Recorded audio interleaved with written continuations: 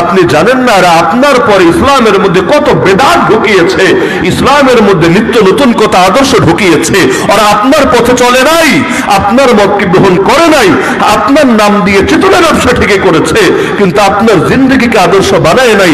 সুতরাং ওদের জন্য হাউজে কাউসারের পানি না, আপনি ওদের মুখে কিছুতেই এই পানি তুলে দেবেন না।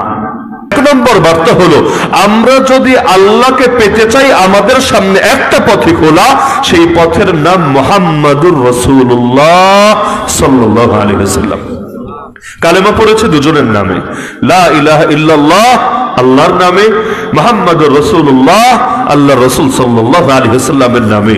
তো আল্লাহর নামে পড়েছে এই কারণে আল্লাহই আমাদের লক্ষ্য, আল্লাহই আমাদের গন্তব্য, আল্লাহই আমাদের উদ্দেশ্য, আল্লাহই আমাদের মঞ্জিল মাকসুদ। আর রাসূলের নামে কালেমা পড়েছে এই কারণে যে আল্লাহ পর্যন্ত পৌঁছতে চাইলে এই পথটাই খুলে দেওয়া হয়েছে আমার জন্য। কোরআন বলছে, মাইয়ুতি'আর রাসূল ফাকাদ আতা আল্লাহ, যে রাসূলের আনুগত্য করে, রাসূলের অনুসরণ করে, আর সে ব্যক্তি রাসূলের শুধু অনুসরণ করে না, বরং জমিনে আল্লাহর বন্দেগী, আল্লাহর আনুগত্য বাস্তবায়ন করে। সুতরাং আমাদের প্রত্যেকের পথ হবে রাসূলের পথ, আমাদের মত হবে রাসূলের মত, আমাদের মিশন হবে রাসূলুল্লাহর মিশন, আমাদের ভিশন হবে আল্লাহর রাসূলের ভিশন। রাসূল থাকবেন শুধু আমাদের জবানে না, রাসূল থাকবেন শুধু আমাদের আবেগে না, বরং রাসূলের পথকেই বানাতে হবে আমাদের পথ, রাসূলের আদর্শকেই বানাতে হবে আমাদের আদর্শ।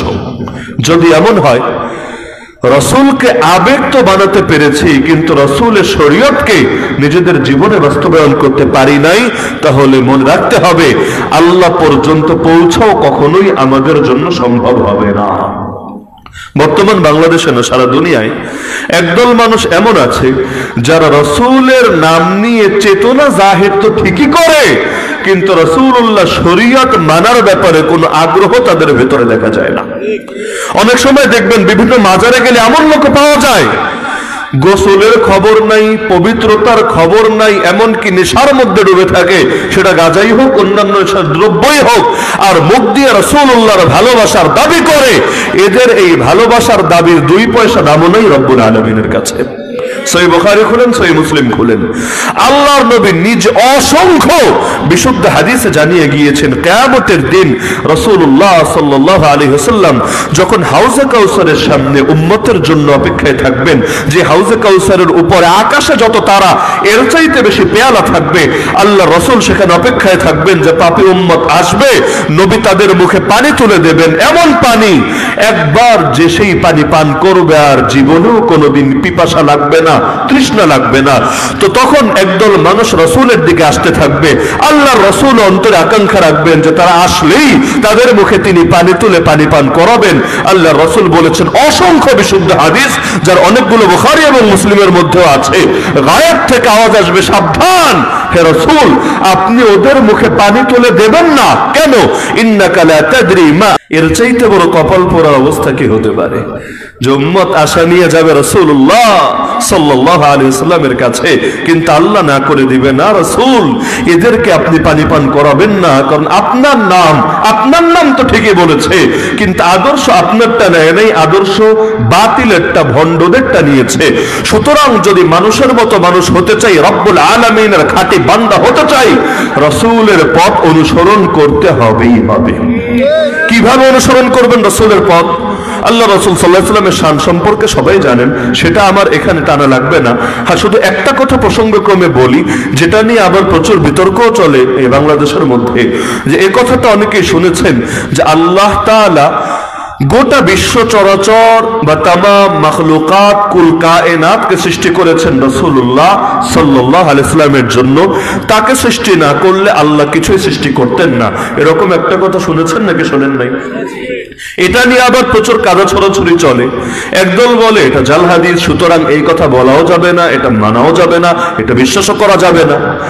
আর আরেকটা দল, যেই দলের মধ্যে আছেন প্রখ্যাত ইমামরা, তারা বলে গিয়েছেন স্পষ্টভাবে যে এই সংক্রান্ত যে হাদিসগুলো পাওয়া যায়, ওই হাদিসগুলো সনদের বিবেচনা করলে, হাদিসের মান বিবেচনা করলে হাদিসগুলোকে হয়তো সহি বলা যায় না, কিন্তু এর যে বক্তব্য, এর যে মূল কথা বা সার নির্যাস, সেটাকে অস্বীকারও করা যায় না। পার্থক্য বুঝতে পারছেন? এক হলো হাদিসে থাকা, আর এক হলো কথাটা বাস্তবসম্মত হওয়া। দুনিয়াতে যা কিছু বাস্তবসম্মত সবই যে হাদিসের মধ্যে আছে, বিষয়টা তো এমন না। এই যে আজকে তেঘরিয়া এই যে মাহফিলটা হচ্ছে, এটা কি বাস্তব না অবাস্তব? এটা কোন হাদিসের কোন পৃষ্ঠার মধ্যে আছে আমাকে বলেন তো? অথবা অতীত যে ইতিহাসগুলো আছে, যে ইতিহাসের অনেকগুলো আপনারাও জানেন এটা বাস্তব এবং পর্যাপ্ত পরিমাণ সাক্ষী এ ব্যাপারে আছে, কিন্তু ইতিহাসের এমন অনেক বিষয় আছে যেটার কথা উঠে আসে নাই হাদিসের মাঝে। তো দুনিয়ায় হাদিসে যা এসেছে সবই সত্য, সন্দেহ নাই, কিন্তু তাই বলে যত সত্য আছে, যত বাস্তব আছে, প্রতিটার কথা স্পেসিফিক ভাবে আলাদা আলাদা হাদিসের মধ্যে উল্লেখ থাকতে হবে, এটাও মোটেও জরুরি না। যেমন আপনারা শাক পাতা খান না, কচুর শাক খান নাকি, শুটকি খান নাকি? কচুর শাক যে খাওয়া যাবে এর পক্ষে একটা হাদিস দেখান, অথবা শুটকি খাওয়া যাবে এটার পক্ষে একটা বিশুদ্ধ হাদিস দেখান। বলবেন না হুজুর এগুলো মূলনীতির আলোকে সহি। মূলনীতি হল আল আসলু ফিল আশিয়াই আল ইবাহা হাত্তা ইয়াতিয়া দালিলুত তাহরিম। যে কোনো জিনিসের ক্ষেত্রে মূলনীতি হলো সেটা বৈধ, সেটা বৈধ যতক্ষণ না অবৈধতার দলিল পাওয়া যাবে। তো কোরআন আর হাদিসের মধ্যে যদি নিষিদ্ধ হওয়ার দলিল না পাওয়া যায়, অবৈধ হওয়ার দলিল না পাওয়া যায়, তাহলে সেটাকেই বৈধ বলে বিবেচনা করা হবে। এখন কোরআন হাদিসে ডাবের কথা, নারিকেলের কথা যদি নাও থাকে, কিন্তু এটা অবৈধ হওয়ার কোনো দলিল যেহেতু খুঁজে পাওয়া যায় না, সুতরাং ডাব আর নারিকেল খাওয়াকেও বৈধ বলে ঘোষণা দেওয়া হবে। এটা মূলনীতি। তো মোল্লা আলী কারি রহমতুল্লাহ আলাইহি সহ অতীতে অনেক ইমামরা বলে গিয়েছেন যে এই কথাটা যে আল্লাহর রাসূলের জন্য আল্লাহ তাআলা খালাকা লিআজলিহিল আলাম, আল্লাহ গোটা জগৎকে সৃষ্টি করেছেন, বক্তব্যটা শুদ্ধ, বক্তব্যটা বাস্তবসম্মত। তবে এর পক্ষে যে হাদিসটা পাওয়া যায়, হাদিসটা সনদের বিবেচনায় গ্রহণযোগ্য না, প্রমাণিত না, কিন্তু হাদিসটা সনদের বিবেচনায় গ্রহণযোগ্য না হলেও কথাটাকে অস্বীকার করা যায় না। তা আমি এটা নিয়ে এখন তাত্ত্বিক বা ইলমি আলোচনায় ঢুকবো না। এটা নিয়ে ঢুকলে আজকে আর কোনো কথা বলতে পারবো না, পুরো বয়ান এটা নিয়ে শেষ হবে যে কেন গ্রহণযোগ্য। কিন্তু এর পক্ষে অসংখ্য কয়েক ডজন ইমামের বক্তব্য হাজির করা সম্ভব হবে। তো রাসূলের দাম যে সব কিছুর চাইতে বেশি, রবের পর সবচাইতে যে বেশি, তিনি বেশি দামি, এ ব্যাপারে কারো কোনো সন্দেহ আছে?